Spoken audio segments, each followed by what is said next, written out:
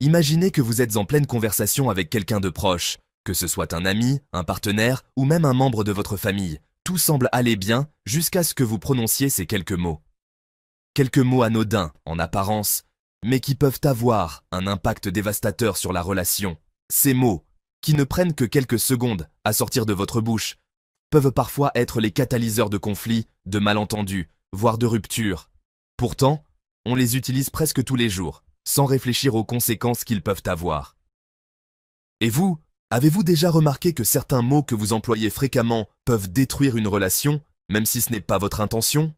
Qu'il s'agisse de toujours, jamais, tu es comme ça, ou encore, tu me fais. Ces mots sont des bombes à retardement. Alors pourquoi ces mots peuvent-ils avoir autant de pouvoir sur notre communication? Et surtout, comment les remplacer pour éviter de faire du tort à ceux qu'on aime? Laissez-moi vous emmener dans une exploration captivante de la manière dont les mots que nous utilisons peuvent influencer nos relations et pourquoi certains termes, même les plus innocents, peuvent causer une catastrophe émotionnelle. Vous allez découvrir comment ces mots ont un pouvoir presque magique et comment, en les remplaçant par des alternatives plus réfléchies, vous pouvez non seulement améliorer vos relations, mais aussi renforcer les liens avec vos proches de manière durable.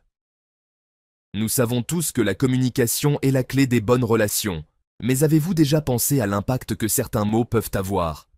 Des mots comme « toujours » ou « jamais » qui généralisent et donnent une impression de jugement. Imaginez dire à quelqu'un « tu fais toujours ça » ou « tu ne changes jamais ». Ces mots, aussi bien intentionnés soient-ils, créent une pression énorme sur la personne en face de vous. Non seulement ils sont souvent faux, car qui peut vraiment être aussi constant ou invariable dans ses actions, mais ils amplifient aussi un sentiment de frustration et de dévalorisation. Les généralisations de ce type réduisent la personne à une étiquette, comme si tout ce qu'elle faisait pouvait être défini par une seule action ou une seule habitude. Vous avez peut-être l'impression que vous faites comprendre votre point de vue, mais en réalité, vous ne faites que pousser l'autre à se défendre ou à se replier sur lui-même. Pourquoi? Parce que ces mots lui donnent l'impression qu'il est vu à travers une lentille négative et déformée.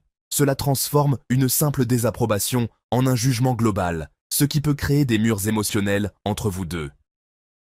Au lieu de dire « tu fais toujours ça », essayez d'être plus spécifique et factuel. Dites plutôt quelque chose comme « je remarque que récemment, tu as fait cela plusieurs fois et cela m'a dérangé ». Ce simple changement met l'accent sur un comportement spécifique plutôt que sur l'identité entière de la personne.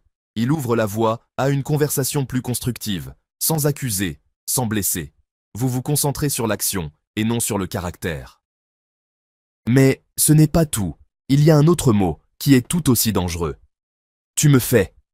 Quand vous dites à quelqu'un « tu me fais sentir nul » ou « tu me fais crier », vous êtes en train de remettre la responsabilité de vos émotions sur la personne en face de vous.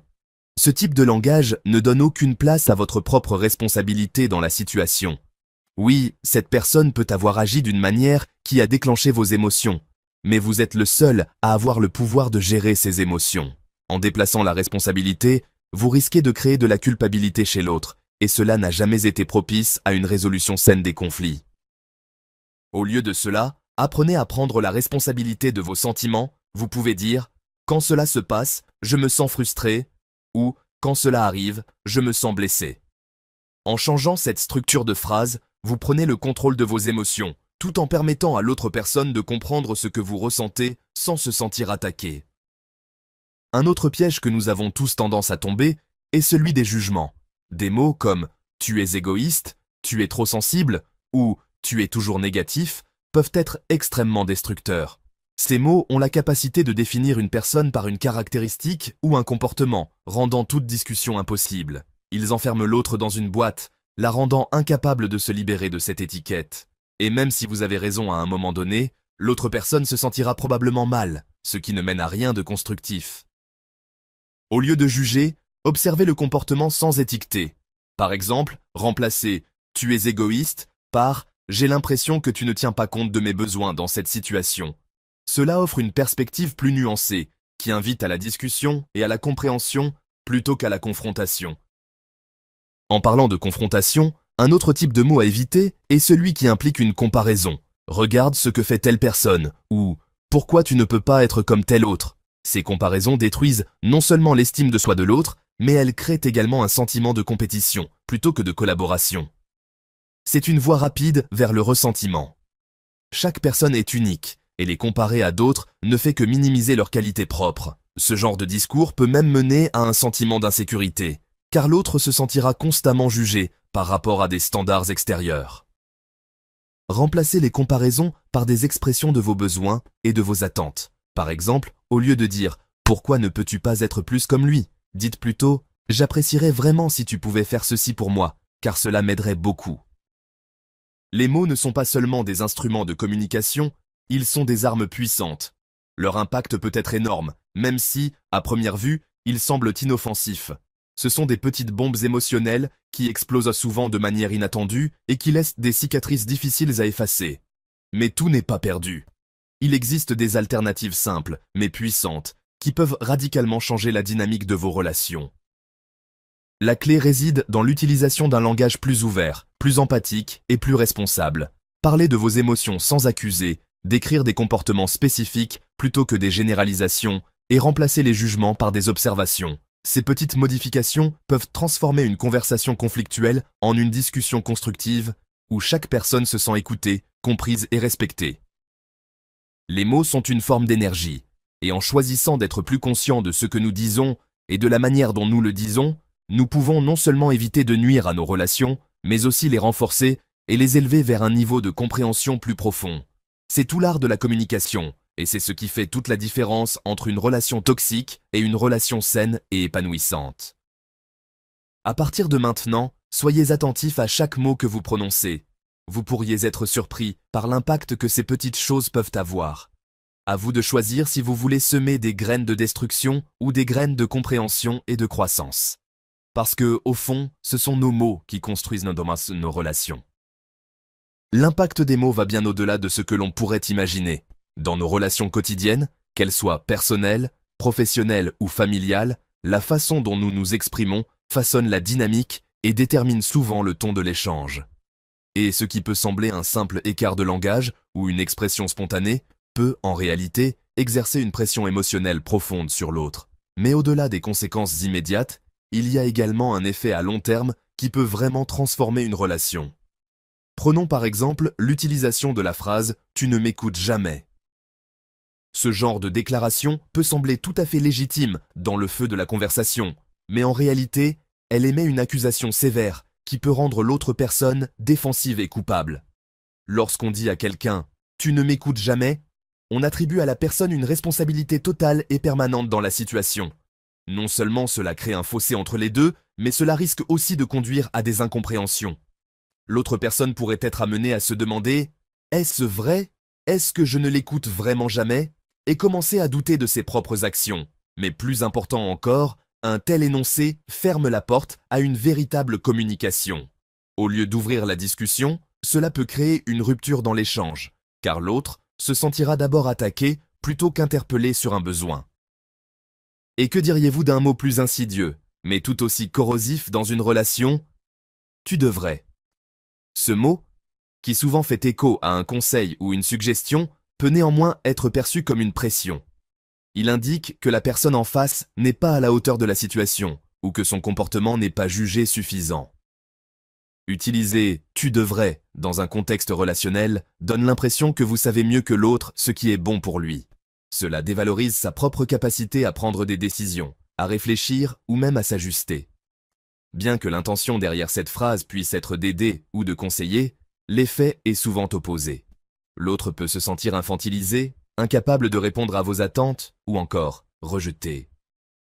Une façon plus productive d'aborder une telle situation serait de dire « Avez-vous envisagé de… » ou encore « Je me demande si ce serait une bonne idée de… » Ces formulations laissent une place à la réflexion et à l'autonomie de l'autre, tout en restant respectueux et ouvert à la discussion. Cela montre non seulement que vous respectez son autonomie, mais aussi que vous êtes prêt à échanger plutôt qu'à imposer une solution.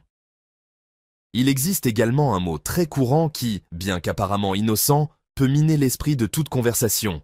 Mais, lorsque vous utilisez ce mot dans une discussion, vous invalidez souvent ce qui a été dit avant lui. Par exemple, « J'aime bien ce que tu proposes, mais ou « je comprends ton point de vue, mais ». Ce simple « mais » annule souvent tout ce qui a précédé, le transformant en un compromis ou une oblique réprimande. Cela crée une sorte de rupture dans la discussion et minimise l'argument ou le sentiment de l'autre, ce qui peut avoir des répercussions sur son estime de soi ou sa volonté de participer à la conversation.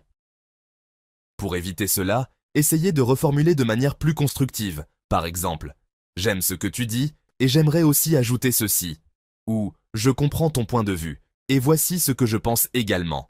Ce genre de formulation permet d'intégrer les points de l'autre sans les minimiser, tout en continuant à enrichir la conversation de manière positive. Un autre aspect fascinant des mots est leur pouvoir de conditionner la perception de soi, particulièrement dans des relations à long terme. En effet, les mots que l'on emploie sur une longue période peuvent y façonner profondément l'image que l'on a de soi-même.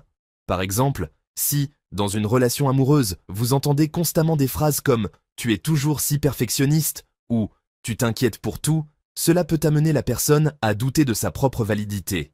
Si ces mots sont répétés assez souvent, ils peuvent conduire à un sentiment de ne pas être accepté tel que l'on est. Au lieu de renforcer la confiance, ces mots vont plutôt établir une pression incessante, car l'autre commence à se voir comme un problème à résoudre ou une anomalie à corriger. L'idée n'est plus d'accepter l'autre tel qu'il est, mais de le changer ou de le conformer à un idéal. Une approche plus saine serait d'encourager l'acceptation des défauts ou des particularités de l'autre. Par exemple, au lieu de souligner ce que l'autre fait de mal, vous pourriez reconnaître l'effort ou l'authenticité de l'autre, même si ce n'est pas parfait à vos yeux. Par exemple, « J'aime que tu sois toujours si attentif aux détails » ou « Ta capacité à voir les choses sous un angle différent m'aide vraiment ».